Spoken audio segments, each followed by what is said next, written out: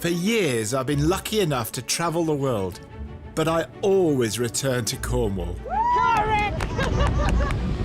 This county is famous for rugged coastlines and sweeping beaches. This is cool. But Cornwall has so much more to offer. These mines get almost a mile out to sea. This is the wonder of the world. Now I want to show you what this place means to me. They're like sweeties. From its rich culture I love these here. to its ancient history. Hello? I talk to those who love this place. This is where I feel at home. And as you'd expect, I celebrate great Cornish food. We take this in, they're more than happy. Along the way, I hope to inspire you with my own dishes. A sensational pud. What I discover is that Cornwall is different to anywhere else in the world. And it's that difference that I want to try and explain and to tell you what Cornwall means to me.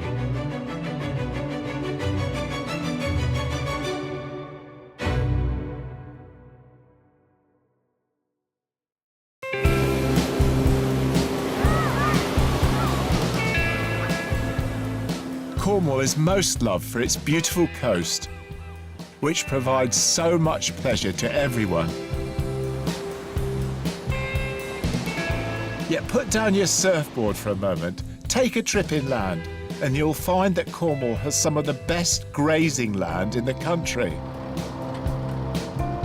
The warm, wet trade winds sweeping in from the English Channel create rich pastures, which has attracted some award-winning food producers. I think it goes without saying that anybody that runs restaurants or any food businesses in somewhere like Cornwall needs to get out and about and see what's being made that's really good. And one of the things about little farms is you have to go down some pretty remote Cornish lanes to find them. So I mean, look at this lane here. Cornish lanes are so tight. One of the things that I often find quite amusing is that you find the odd tourist going down this lane and they're panicked, but I love it. So I'm on my way to find somebody making excellent cheese, a farm actually. I'm really looking forward to it because I've heard so much about it. Some say Gouda, others say Gouda. This cheese, first made over 800 years ago in the city of Gouda in the Netherlands, is one of the world's most popular. Astonishingly, it makes up half of all the cheese we eat. This story begins just over 20 years ago when a Dutch family, eager to have their own dairy farm, emigrated to the lush grasslands of Cornwall, where they could afford to have a herd of 200 pedigree Holstein Friesians. But when milk prices plummeted, their son, Giel Spearing, with a little Dutch courage, began to make Cornish Gouda to rescue the family business. So Gil, how did all this start? Yeah, so my parents moved from the Netherlands in 1998 to Cornwall. Just for milk? Just for milk, yeah, for dairy. But just over the years, the milk price has never really been very good and it never picked up and it was always a struggle. I was just thinking, you know, people often say bottled water's more expensive than milk. Yes, yeah, it is, yeah, bottled water, fizzy water, stuff like that, yeah. Yeah. So in 2012, I came home from school to a for sale sign on the farm gate. Oh, God, and, really? Yeah, that kind of hit me a little bit, and then it was like, oh, actually, yeah, they are, you know, deadly serious and going to sell up. So I sort of said to them, you know, what about trying to diversify and seeing if we can, yeah, make ends meet another way? So they were like, yeah, if you're enthusiastic and keen to sort of try and diversify, then we're on board. Like, let's give it a go. How old were you at the time? I was 17 at the time. So what did you know about cheese then? Nothing, absolutely nothing. But my so my grandma made cheese during the war, and my grandma on my mum's side, she made cheese with my mother in the Netherlands. Making Gouda is a family affair, and in Holland, cheese-making techniques are a closely guarded secret, passed down through the generations. So when the time came, it felt only natural for Giel's mum, Anne-Marie, to give her son the family recipe. I got some photos when, well, we had a tiny little vat. Oh, it was it's like tiny. 300 litres, so we could make 30 kilo at a time. That's my mum. She's been helping with the waxing, So this is the same cheese, but made of... Well, it was from sheep. We milk sheep in Holland. Oh, OK. And Same we recipe. made, but the recipe is basically the same. It's a gouda. Who's that? That is Gil. Of course it is. With a little clock. I was 6 when we moved here, so... Really? Yeah, yeah, In yeah. a way, what you would have seen then, you pick up by osmosis. I Yeah. think cheese that you sort of Yeah. like as a kid, because Yeah. I'd never learned how to cook. I just watched my mum, and you'd have watched your mum. Yeah, you learn Yeah. without realising, I think. Yeah. You pick up more than you think. Yeah, I do agree with So that. then he yeah. turns 17 Yeah. and says, hey. Yeah. I was thinking, you know, you're calling it Cornish Gouda, but I think as you're Dutch anyway, it's perfectly all right. Yeah. And this is the stuff, you know, this is what makes it Cornish. This is where the flavour is really coming from. You know, Cornwall grows the best grass there is. They love it, and that's where a lot of the flavour sits for the cheese making. I just remember, like in the early summer, the restaurant would sell a lot of local clotted cream. Yeah. And the cream is so yellow with the grass in the early summer Yeah, that I yeah. actually said to the farmer, I said, you put dye in your cream. He was like so upset with me. Yeah. Gil's herd of Frisians are allowed to roam, but to make the best possible Gouda, Gil has discovered that it's better to feed his cattle with fresh premium grass, which helps to give his award-winning cheese its flavour. Talk about a feeding frenzy. I thought I'd seen everything in farming, but this is a new one to me. What I'm really loving is these cattle are seriously enjoying it. They're just going mad because it's such lovely grass. And think about it. I mean, most of the time, in most farms, they'd be wandering around pastures all day long looking for grass. It's a lot of effort. It's brought to them. They're the most pampered cattle in the country, I'd say. Well, let's go and have a look at the cheese being made, I would suggest. Yeah. If it's all right with you. Yeah, of course Yeah. it is. Yeah, please. Gil has established his cheese-making operation in an old Nissen hut, used to house tanks during the Second World War.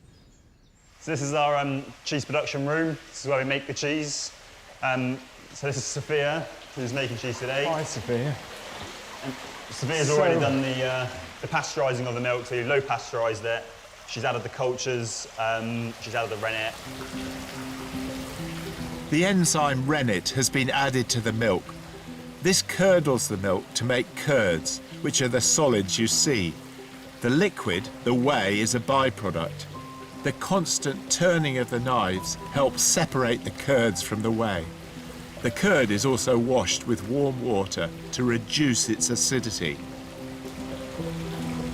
We cut it to about 1 centimetre cubed. Yeah. But then while we're washing, it shrinks and gets even smaller again. I'm loving these paddles. They're quite sort of like mesmeric in a way, aren't they? You could get hypnotised watching them all day long. Very much so.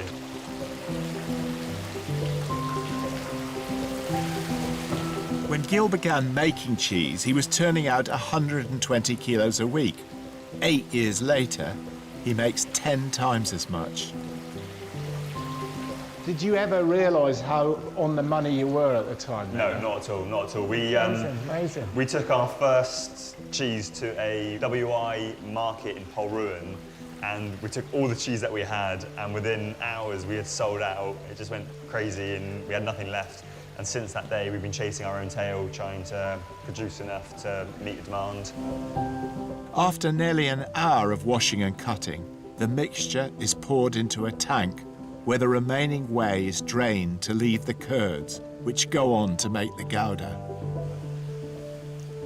Cottage cheese. Cottage cheese, exactly it. Tastes pretty sophisticated already, though. Means the milk's doing its job. That's lovely. So, Sophia, how did you get involved in cheese making? I was not in the industry before I met Gil. I started working for him doing marketing, and then eventually he sort of said, you know, we'll have a go at cheese making, train you up, and I do love it. I love things with a process and things that are hand-on. So you don't mind doing the same thing every day? No, not at all. It's really nice at the end to see something solid, something that you've made, you know. I think it's so satisfying starting with sort of milk in the morning, starting with the liquid, and then end of the day seeing like these great big like lumps of cheese. The curd is cut into 12-kilogram blocks, placed into moulds and pressed to remove any remaining moisture. Well, the cheese is being pressed, it takes about a day, but then they come in here. This is really important, this is brining. They look like sort of curling stones. But they're in here for 3 days in the brine, and brine is essentially just salt and water, but the effect of the salt is to pull the calcium out of the cheeses and make them harder. But the thing about this brine is it's about 8 years old. It's got its own character, and Jill was just saying, other cheeses will not taste the same, made in exactly the same way, because they haven't got this brine. So it's a very important artisan part of making the whole cheese. There we go. Those little details are what make it all so special. After waxing, the wheels are placed into a temperature-controlled maturing room where they are allowed to age for between 6 weeks to 5 years. You can see like the batch dates and all the cheeses, like when they're made. So that's like the Such date a lovely that they're made smell on. in here as well. Yeah, it's great, isn't it? At any time, Giel is maturing 2,700 wheels. Let's start with the mild ones. They're only 6 weeks old. They're just delicious, full of flavour. I love these ones. I have it for breakfast every day with apples, and yeah, it's just brilliant. Well, this is amazing. Yeah, yeah. It's mild, it's not acidic, but it's got masses of sort of nutty flavours That's it, yeah, yeah, and a wonderful texture. yeah. So the mature is our next bestseller.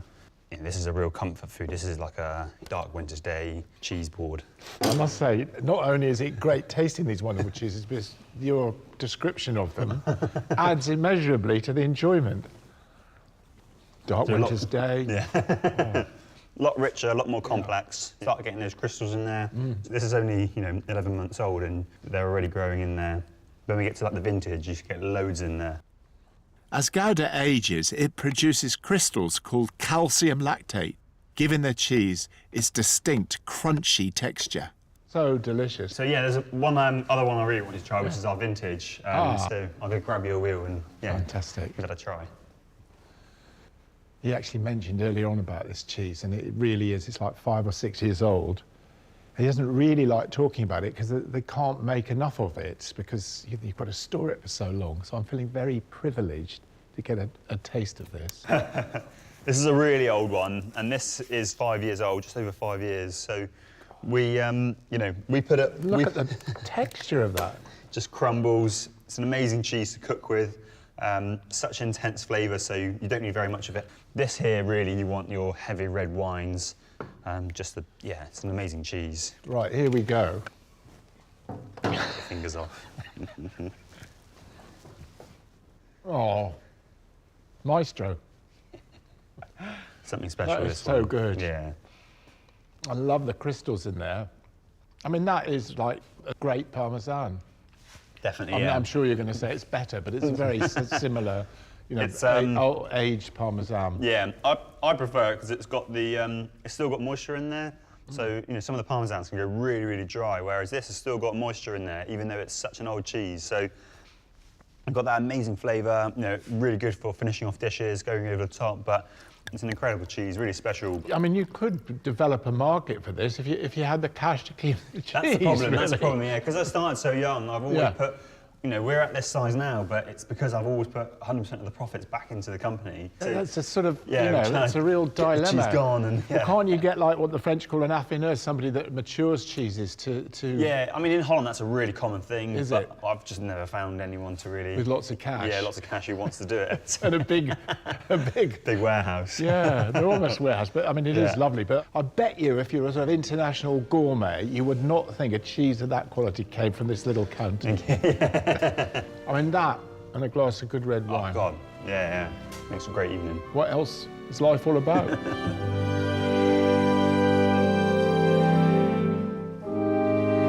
Being around all this Gouda has given me an idea for something special to cook. But before I do, I just need one final ingredient.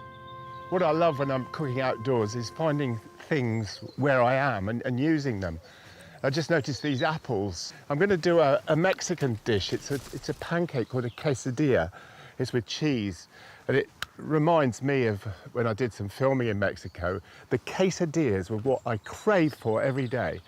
So I'm going to put some autumnal apples into them and Cornish Gouda cheese. It's going to be quite special.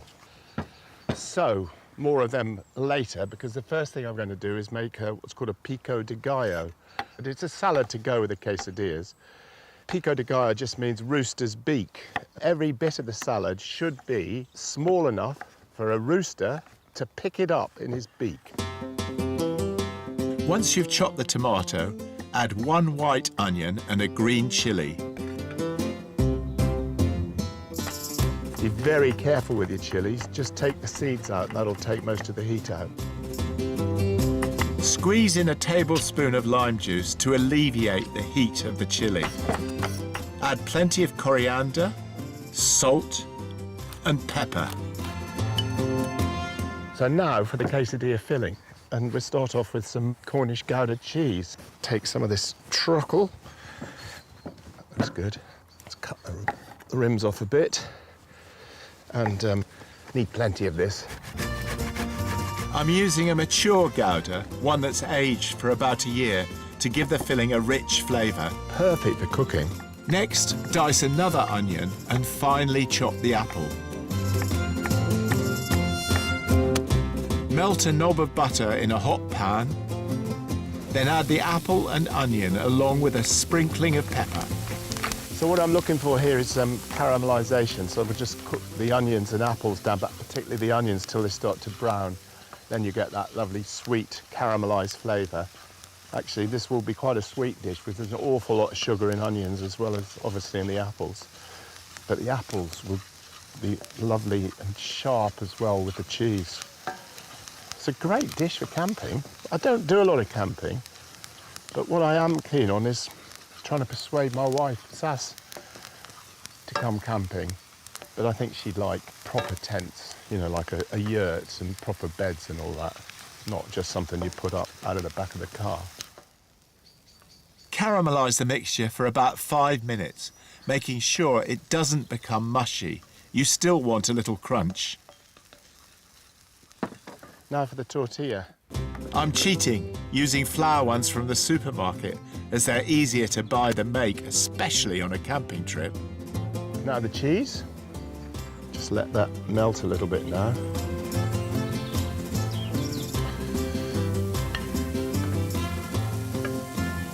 I am smiling because this is nice. It's looking a bit good.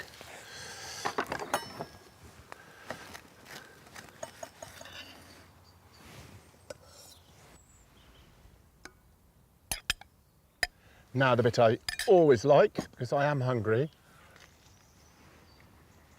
Oh, delish. Because you've got European autumnal taste with the apple and the onion, and then the coriander. It's such a sort of pleasant addition, I suppose. And that rich and nutty flavour of the Gouda just makes it. Next time you go camping, make quesadillas and pico de gallo salsa. Please.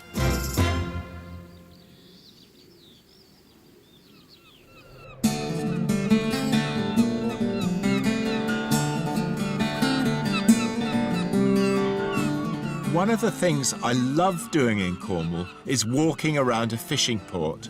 It reconnects me with the people who work so hard to bring home the fish, which in turn inspires me to cook. On the south coast of Cornwall lies the harbour village of Mevergissi, the second largest fishing port in Cornwall. Fishermen have been landing their catches here since 1430, so much that the locals will tell you that their town has been built on pile after pile of fish. I stood on Cape Cornwall in the sun's evening glow, on Tune Hill at Newlyn, to watch the fishing fleets go, watch the sheep wheels at Keever as they spun around. Fishing and the sea is celebrated in many a Cornish folk song, including this one called Cornwall My Home. For this is my Cornwall, and I'll tell you why. because I was born here, and here I shall die. For this is my Cornwall, and this is my home.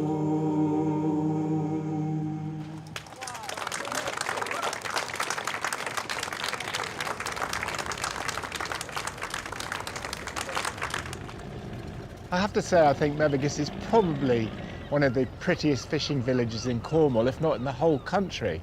I think it's partly because it's steep-sided, and if you look at all those houses up there, they're so nicely painted.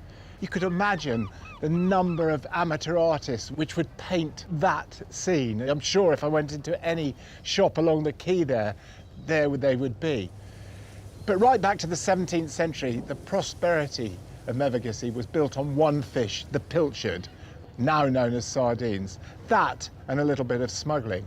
And in the early part of the 20th century, it's estimated that 75 million pilchards were landed here annually.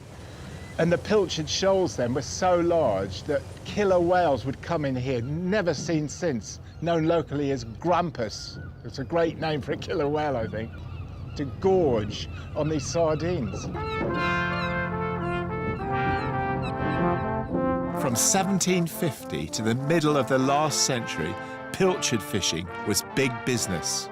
Each village would have a lookout called a hua, whose only job was to spot shoals of pilchards and alert the fishing fleet. Using a form of semaphore, he would then guide the boats to their catch with flags or sprigs of gorse. After landing the pilchards, women would salt and barrel the fish, many destined for the markets in Italy, France and Spain. Pilchard fishing declined in the 1970s and 80s, but today it's thriving again. Rebranded as Cornish sardines, they're sustainably fished, but like 100 years ago, the majority of the catch, 90%, is sold to Europe. I'm quite keen to get some fish from the fish grill because Paul Goodenough, who's the chef of my place out in Australia in Mollymook, said I've got to visit here. He comes from Mevagissey. Good morning. Jeremy, isn't it? Jeremy, that's right. Rick. So what are you cooking? Today, Rick, we've got pollock, fresh mackerel fillets off our own boats, local scallops and Cornish sardines, which are actually caught from local ringnetters. They're butterfly filleted sardines. They're very, very popular as well. That sounds great. Oh, yeah. Could I have them all? You sure can, yeah. Oh, thanks. Have a selection of everything. Oh, brilliant. I mean, this is really unusual to actually get fish on a fish quay. Would you like to come in? It's local. Would you like to come in? No, I'll stand here. Fantastic. Now, how are you going to cook them? Oh, I'm going to put them on the flat griddle plate with a tiny bit of vegetable oil, with salt and pepper added, nothing else. Perfect. As it comes. While we're cooking, tell me why you're doing this rather than fishing then. One of the reasons I started this business is because I was fed up with seeing fish going abroad. British people don't appreciate what we've got on our own shores. Yeah. The fish off the griddle is what people are really missing. And when they try the mackerel and sardines, they're really impressed. They don't realise how good it can taste, fresh from the sea. Hence the reason behind the business. It's a shame there aren't more like you. That's all I can say. To have something that is truly local is really special. I'm really looking forward to it.